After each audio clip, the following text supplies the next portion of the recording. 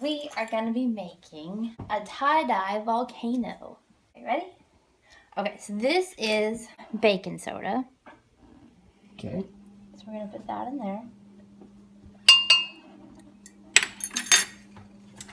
Now we're going to make it tie-dye. So we're going to do different colors. So I'm going to make it tie-dye. So I'm going to start with red. I'm just going to drip some colors around. Put one in the middle.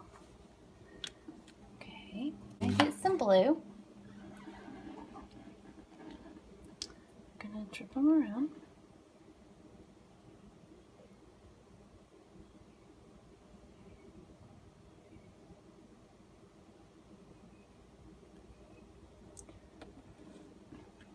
Okay. Yellow.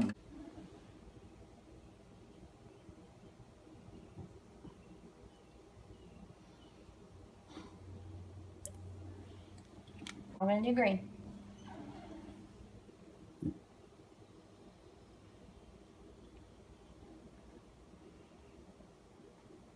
Now I'm going to take the vinegar.